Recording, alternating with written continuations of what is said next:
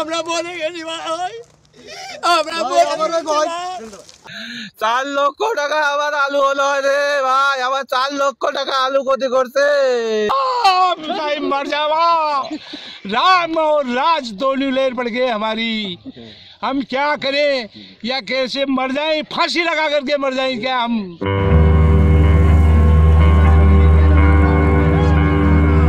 আল্লাহ ছাড় দেন কিন্তু ছেড়ে দেন না। কথায় আছে অন্যের জন্য গর্ত খুললে সেই গর্তে নিজেকেই পড়তে হয়। ভারত বাংলাদেশকে যে শিক্ষা দিতে চেয়েছিল উল্টো তারাই শিক্ষা পেয়ে গেছে। বাংলাদেশের বাজারে একেবারে আলু পেঁয়াজ বন্ধ, নাকে খত দিয়ে এখন তারাই বাংলাদেশকে ডাকছে।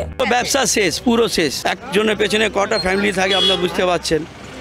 আমরা কি করব, আমাদের নিজে মাথা কাজ করছে না। ধসে পড়েছে ভারতের কৃষি এবং বাণিজ্য খাত।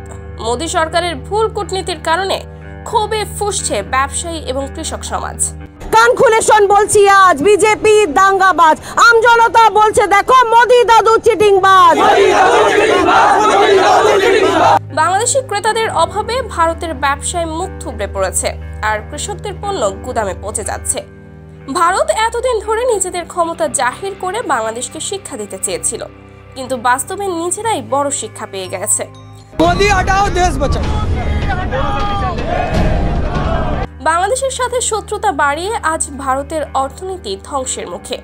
পশ্চিমবঙ্গের নিউ মার্কেট থেকে শুরু করে মুম্বাইয়ের বড় বড় ব্যবসা এখন চরম সংকটে।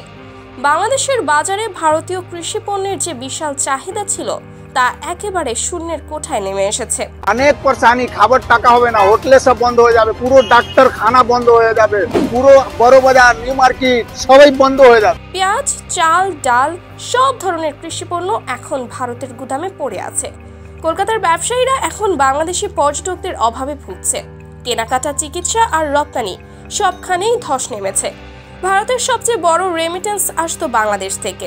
প্রতি বছর 16 বিলিয়ন বা 1600 কোটি ডলার যেত ভারতের ব্যবসায়ীদের হাতে, কিন্তু এখন সেই অর্থনৈতিক সম্পর্ক ধীরে ধীরে শেষের পথে।